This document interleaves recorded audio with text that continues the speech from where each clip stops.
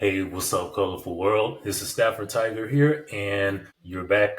Well, actually, this is the first case. So, welcome to From the Office of Stafford-Tiger, and this is case one, where we're going to be discussing ADD and ADHD. And I wanted to break down the two and let people know who suffer. Well, I don't want to say suffer, but who have this neurological disorder, how you can still overcome it and become successful in life at whatever it is that you want to do, whatever it is that you choose to do with your life. So my thing is, when I was younger, I was diagnosed with ADHD. I didn't know what it was, and I remember telling myself all the time because I was in like elementary school. I remember telling myself like, "You'll never make it, and you'll never be successful." And I used to say that because I realized that it was hard for me to like focus and concentrate on certain things to stay centered around one topic. As of now, as I talk to you, my brain has like 20 tabs open, but I'm trying to do one tab at a time so that I don't confuse you.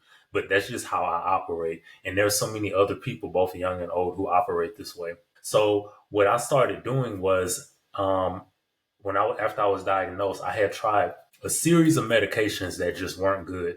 And at the time, we didn't know what we were doing. We were just trying to figure out what was best for me, what was best for my learning, and what was best for my future. So it was a struggle. But when I was taking the medication, guys, I didn't feel like myself. I didn't feel healthy. And at one point I felt like a zombie. I'm pretty sure that I would have nailed the audition to The Walking Dead because yeah, Rick would have loved to have me on his team, I promise you. Anyway, anyway, my whole point is the medication is not good for me. Was not good for me, and it won't be good for you too. I didn't feel healthy. I didn't feel healthy, and I didn't feel like myself. And a lot of these doctors and health specialists, some of them do care about you. Some of them may not care as much, but there are those that just want what's best for you. So when one thing don't work, then you try this, and then when that don't work, then they try the next thing. And I did tablets, I did pills, I did patches, I did all of that, and it really really would elevate my mood, and I just didn't feel like myself. So me, I have ADHD, which is attention deficit hyperactivity disorder, and some people have ADD. One of my favorite teachers in high school, who was actually my theater arts teacher, she had ADD, and I could tell, but she was really good at her job. So it was then when I realized that just because I had this neurological disorder, it didn't mean that I couldn't be successful. It didn't mean that I couldn't still make a difference in this world and be here for other people and remind them, especially children and people who don't really know how to go about this learning disability or how to overcome it. If I overcame it, so can you. So here I am today, and there I will be in the future helping you.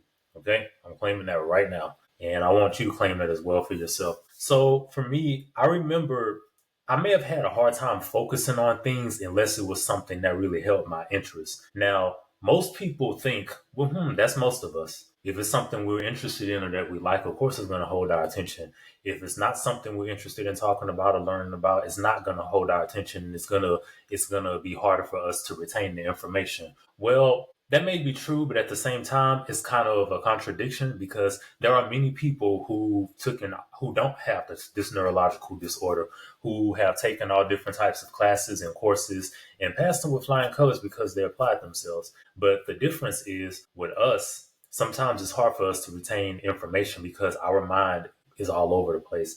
I have like 15, 20 tabs open right now, like I said earlier, as I speak to you. And sometimes when we have a lot of thoughts running through our head, we tend to kind of bounce around. Like if I'm explaining something to someone, I notice sometimes even still today, and I got to catch myself and pull myself back in. But I notice that it's like I'll go from point A to point F, back to point D, then to point Y, then back to B. And then the person, either I'm talking in circles or they're like, what did you just say? It's kind of, I know it can be confusing. So what I started doing is journaling. So what you do is people, any of you that have a disability, a learning disability you're trying to overcome, take the things that you are interested in. And then what you do with those things is you take those things and you practice on those things, and then you apply that to other parts of your life. And that's how you move forward. So what I started doing is, since I taught myself how to write my own songs when I was very young, because I used to write poetry and I would write movie scripts and things like that, which I still have in my computer. I got like thousands of songs and like over 50 movie scripts I've written. Um, Hopefully I get to use them one day. But what I did was I went from writing music, writing poetry, film ideas. I went from that to journaling. And then I went from journaling to planning out my days. It takes work, people, but you have to be dedicated to what it is you do if you really are trying to overcome whatever challenge you're facing in life. In life, we have challenges, and whatever challenge that you face, whatever challenge you overcome, you grow and you become stronger and better. So I want you to make your brain stronger. Some of the most prominent figures in our culture and in our society had things like autism, ADHD, like ADD, OCD. Some people have really, really bad cases of learning disabilities, or they have really bad cases of whatever, and you never guess because they overcame it. They overcame it by not using it as a crutch or as what it is, and said, you know what, this is not a disability. I'm going to make it an ability. I'm going to make this an ability so that I can become the greatest version of myself and the highest version of myself, and I can also become, a better version of myself to help others. So what I did was I started journaling, and then I went from journaling to having a planner, which is a daily agenda. And what I would do is when my mind was going in many different ways and in forms and zigzags and things like that, what I would do was I would write down everything I need to do that day, or I write down everything I need to do that week. And then I will prioritize this deadline is tomorrow. This is today. I need to have this done by next week. And I just write everything down, and I would just take it one day at a time. So that helped me to structure my thoughts and structure what it is that I'm trying to do so that I can be successful and get everything done without being overwhelmed and without feeling confused like I'm about to lose it. It really, really works. So since I was a child, I was always easily distracted with something. I remember when I would read. Actually, when I was a kid, I used to hate to read. When I would read, if another kid, or we were taking a test or something in class, if another kid was like taking a pencil and like tapping on the desk or whatever, it would throw me off. And then I would like, wait, what's he doing? Why is he? And then I would go back to reading or studying or do whatever it is we were doing. And then all of a sudden I would hear and I would like, that's a really, really bad symptom I faced that I had to easily overcome. And what I did was I went into my own thoughts, and I would really, really drown myself in whatever it is I was doing. If we were reading a story, or if I was taking a reading test, especially, and I had to answer multiple choice questions, what I would do is, despite the fact I heard noises around me, I heard someone cracking their knuckles, something I would do is I would pretend that I was a character in the story. Or if I was doing a math problem, I would pretend I was one of the numbers, like I was counting money or something. So that was a way that I overcame being easily distracted. For those of you who are easily distracted by stuff around you, become one and one with what it is you need to focus on. It's you and them, and nothing else in the world exists at that point, especially if you're doing something important, if you're taking a test, if you're giving a live performance, if you're doing a play, if you're doing anything that involves you being around, in front of a lot of people where you can be distracted or be nervous. Pretend like no one is there and focus on you. It's just you and the music, or it's just you and that exam, whatever it is you're trying to do. Okay? Escape and go into your mind. Escape and go into what it is you're focusing on. And you focus on it like it's your lifeline. Let that become your lifeline. I promise you. It's going to take some work. You can train yourself, but it works. I tried it and things have never been the same for me. In a good way, that is. Yeah. Now, there's this myth from both health specialists and parents that, oh, you have OCD, oh, you have ADHD, oh, you have ADD, you'll grow out of it. No, you won't. Because, like I said earlier, it's a neurological disorder, and it's just something that a lot of us are born with. You're not going to grow out of it, but you can overcome it. It's not a phase.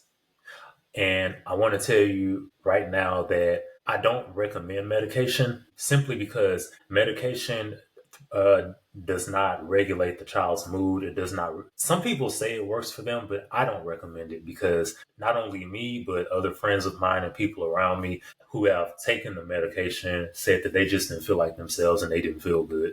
And I just don't think that it's a good idea. What you need to do is healthy diet, a structured lifestyle, like I stated earlier, planning a schedule, finding things you like to do, making sure you get enough rest, taking on daily challenges and trying to overcome them.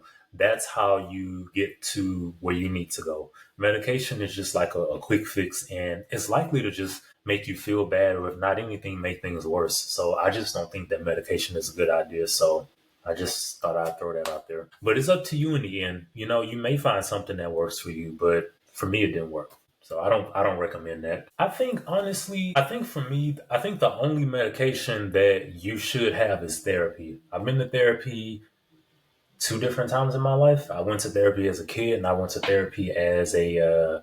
I didn't go when I was a teenager. I think I went in my like early 20s, like around 21, 22, somewhere in there. Therapy also really really helped as well, because your therapist, people, when people think therapy, they think, oh, I'm crazy, or I need to go because something's wrong with me. No, you can go to therapy for anything. You can go to therapy because you want to learn how to overcome a learning disability. It's very easy, and insurance will pay for it. So I do recommend therapy if you want any type of medication, but try your very very best to stay away from the pills and the patches and the whatever else they have out there. I don't even know what else they're out there. Constantly coming up with new methods. So I just think that that's what will be best for you. Okay. So find a really, really good therapist that specializes in what it is that you need help with, and see them weekly or see them bi-weekly, see them monthly, whatever it is you feel like you need to do. Because some people's cases are worse than others. Some are lighter, some are heavier. So, in the end, it's just up to you what you choose to do. So, yeah. So that is all I have for this case. And don't forget to like, comment, and subscribe. And I really, really would love your comments, because I would love to hear about the things that you all are going through or facing, or, how you feel about whatever cases or topics we talk about. So please do that. And don't forget to go out into the world, and don't be a moment, be a lifetime. Okay. Because a lifetime lasts so much longer. Okay. So see you.